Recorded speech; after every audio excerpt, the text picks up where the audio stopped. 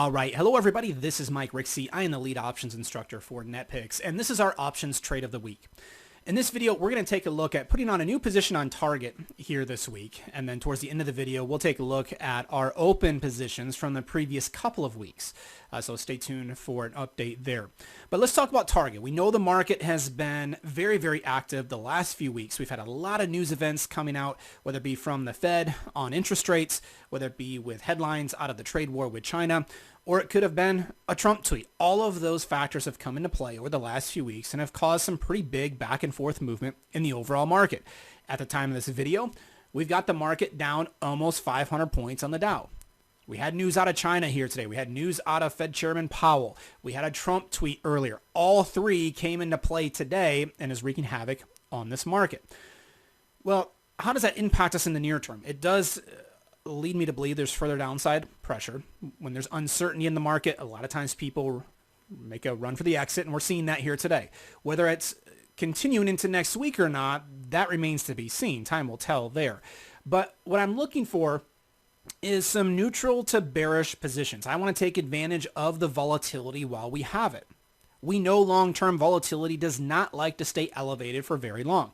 When volatility moves higher like it has this week, it causes the option prices to get more expensive. Taking advantage of that fact allows me to sell options when volatility is high, allows me to collect more premium, giving myself a better risk-reward ratio on the trade, and it gives me a higher winning percentage long term.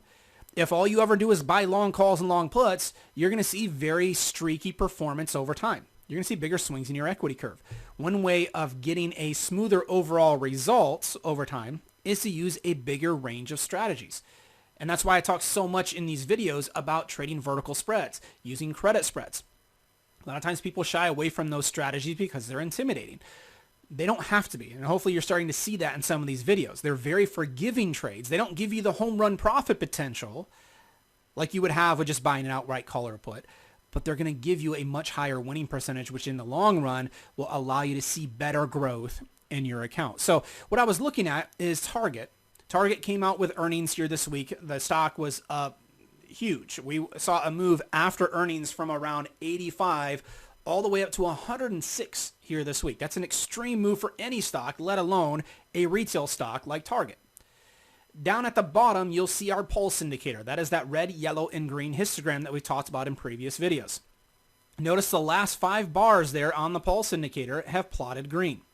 Very, very unusual to see this type of an occurrence. It typically will only happen around a big news event like an earnings release. What those green bars mean is that price action is between a 2 and a 3 standard deviation channel move on the upside.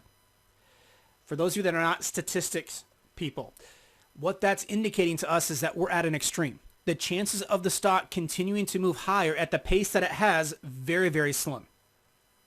All right, it's not probable at all. It does not mean the stock has to immediately get hurt on the downside, but it's very, very likely that this stock in the near term is going to chop sideways or pull back. I don't want to just buy a long put here because price action has been super strong. We haven't really seen Target get hit. It's only down 1 3/4% today.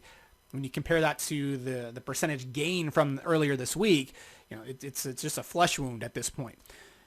Well, if I want to be neutral to bearish here, if I'm expecting the stock to consolidate or even reverse lower, which I do based on my pulse indicator down at the bottom, I want to take a look at selling a call spread. Selling a call spread will allow me to take advantage of the higher volatility that we have market-wide right now. The options are expensive. And the whole goal here is to sell a spread for a higher price and then buy it back a couple weeks from now for a lower price and pocket the difference. That's how we make money. We make money from the time decay adding up and also from volatility decreasing if that does happen. My minimum requirement on my pulse indicator down at the bottom, I need just one green bar. Right now we have 5 of them. So we have the extreme that we need to move to the next step and start pricing out a trade. So let's go over to the trade page. Let me shrink all of these down here. Now we need to decide what expiration cycle do I want to go with. We can use the weekly options here. We've got weekly cycles with 7, 14, and 21 days left. All of those could be valid candidates. What I have found on certain names on our list, a lot of times the weekly options don't have as good of liquidity. You're not going to have as good a volume and open interest, and it makes it more difficult to get in and out of trades quickly and at good prices. As a result, I'm going to go out to the September monthly options with 28 days left. The monthly options are going to have better volume, better open interest, and it also gives me a little bit more time to be right on this trade, just in case I'm a little bit early. Maybe Target's got one more move to the upside left in the tank. By going out to September, it gives me 28 days to hold the position. Looking for ideally a move to the downside, but I can also make money from a choppy sideways stretch as well. What I want to do here to sell a call spread is to go to the out of the money call options. So the call options are on the left, and the ones with the black background are the out of the money options. The current price of the stock is at 104.5. I'm going to go out to, let's take a look at the 107 calls here. I'm going to right click on those, go to sell and go to vertical, and it's going to pop up an order down at the bottom of the page. By default, it has me selling the 107 call and buying the 108 call at the same time. By trading two different options at the same time, it leaves me with a fully risk-defined trade. I know what my max profit potential is. I know what my max loss is. And in this type of environment, I like that scenario. I do not want unlimited risk right now. Even though it would come with bigger profit potential in this news-driven market where the market can sell off 500 points like it has today, solely based off of President Trump releasing a tweet, I want defined risk. I want to be in a safer, more conservative position. Now, I'm going to make one tweak to this trade. Instead of coming in and buying the 108 call, I'm going to click on the drop-down menu and switch this to the 109 call. I'm going to change it so there's $2 difference between the strike that I'm selling, the 107 call, and the 109 call that I'm buying. Right now, it's trading for 68 cents mid-price. If I click on confirm and send, let's take a look at the profile of this trade. The 68 cents or $68 per spread is the most I can make on the spread, regardless of what the stock does. If it falls out of bed, if the market completely collapses here, the most I can make is $68 per spread, which at initial glance, you're saying, man, that's really not a lot of profit potential. But when you compare it to the amount of risk, I'm only tying up $132 of capital to begin with. Now it becomes a more attractive trade. Right? So now for $132 of capital, we're giving ourselves $68 of profit potential, and I'm giving myself 5 ways of making money on the trade. If you buy a long call or a long put here, you only make money if the stock makes a big move in your favor quickly. In this case, I'm giving myself 5 ways of making money, and here's how. My break-even point is at 107.68. At that number right there, that break-even point, it is calculated by taking the 107 call that I'm selling, and we're going to add on the 68-cent credit that I'm collecting to put the trade on. That gives me my break even at 107.68. I need the stock to stay below 107.68. If it moves up, down, or sideways, I'm okay as long as the stock stays below 107.68. Right now it's trading for 104.30.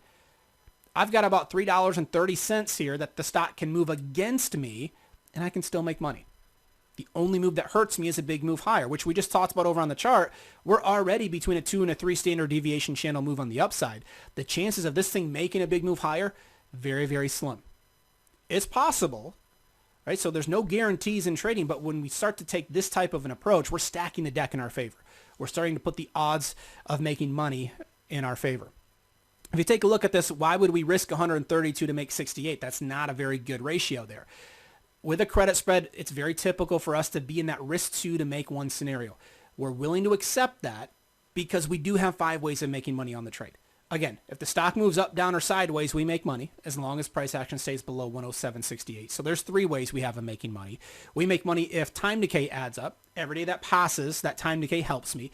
And I make money if volatility decreases. There's 5 different routes that I can go to make money on this trade. Right? So very, very different than just buying an outright call or a put. How do I manage the trade? If I collect $68, that's the most I can make on the trade, but the only way I can make that entire $68 is if I hold for the next 28 days to expiration. I really don't want to do that because the risk picks up the closer we get to expiration. The risk of a directional move hurting us picks up the closer we get to expiration. That's what's known as the gamma risk. What I will do on this trade is look to close it out when I can keep between 50 and 75% of my maximum profit potential. In this case, because we're collecting 68 cents, that's the most I can make on the trade. If I can buy this thing back for between 17 and 34 cents, that would give me 50 to 75% of my max profit. So I would start out my closing order at 17 cents. Over the next couple of weeks, if we get a move lower in target, if the volatility decreases, as the time decay adds up, if I can buy this thing back for 17 cents, it would give me a really nice profit. I'd take the trade off, free up the capital for the next trade. So it's a very simple trade to put on. It does not take a lot of time to manage. It's not one of those trades where you've got to watch it from opening to closing bell. Maybe come in once or twice a day just to check up on things, make sure you're not missing anything big. But really like the way this trade is setting up. Odds favor, again, based on the chart pattern, odds favor a period of consolidation or a move lower. And if that happens, this trade is a perfect setup for us. So we'll add it to our list. We'll continue to track it here over the next few weeks. If you have any questions at all, feel free to send me an email, mike@netpicks.com, or you can leave a comment on the blog post or on the YouTube video, and I'll certainly help out there as well. Before we wrap up, I do want to take a look at some of our open trades from the last couple of weeks. Let's talk about DIA, Netflix, and Pinterest. So let me go ahead and save this order. Then let's jump over to Netflix. Last week, we came into Netflix and we went into the September 6 options. Those are the ones with 14 days left. And we took a look at selling the 292.5, 290 put spread. When we put this trade on, this was a neutral to bullish position. We were looking for a bounce higher in Netflix. Obviously, we know what the overall market's done. Netflix has sold off as well. So this trade has not done what we wanted it to do. We collected 77 cents on this trade last week. It's now trading for $1.10. All right, so we're down a little bit of money on this trade. Nothing overly concerning. We're down about $33 per spread. What I need to have happen on this position going into the next couple of weeks, I'm looking for a bounce higher in Netflix. I just need it to stay above 292.5. Right now, we're sitting right on top of 292.5. So any type of a move higher will allow us to recover on this trade. So no adjustments needed here. We don't need to take the trade off. We'll continue to hold it. If you've got this trade on, bottom line is we need to see this one stay above 292.5. If it does, we can still make money on the position.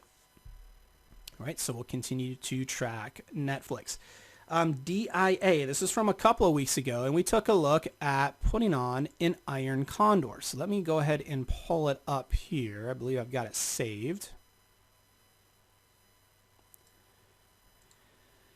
And what an iron condor does for us, we're selling an out-of-the-money call spread and an out-of-the-money put spread at the same time. In this case, we sold the 268, 270 call spread and the 250, 248 put spread at the same time.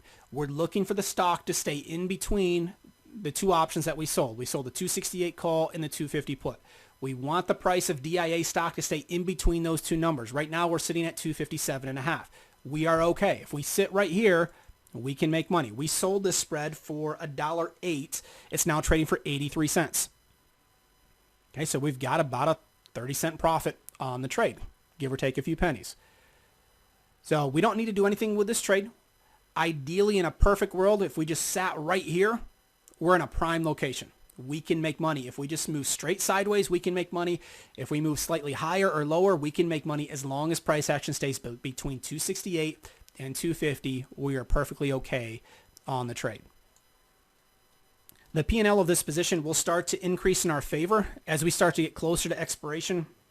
This one is utilizing the September 20 monthly option, so they still have 28 days left. The time decay becomes more significant as we start to get closer to expiration, which is a good thing. So we'll continue to hold this trade, continue to track it. We'll take a closer look at it next week and let you guys know what we want to do as far as potentially closing the trade out. The next one that we have on is on Pinterest, symbol PINS. And we stayed with the September 20 options, the monthly options, and we took a look at selling the 37.40 call spread. So let me go ahead and load this one up, change the strikes, and let's see where the P&L is on this thing. We collected 80 cents on this trade. It's now trading for 55 cents mid-price. We've got about $25 of profit so far on the spread. It's working out well for us. We need price action to stay below 37, which it's done so far. We're at 34.30. That's a good thing. Still going to hold the trade. As long as price action stays below 37, we are perfectly okay with the trade. So nothing needs to be done on any of the existing positions from the last 3 weeks. We can continue to hold those as is, and we'll add in Target to the mix here from today.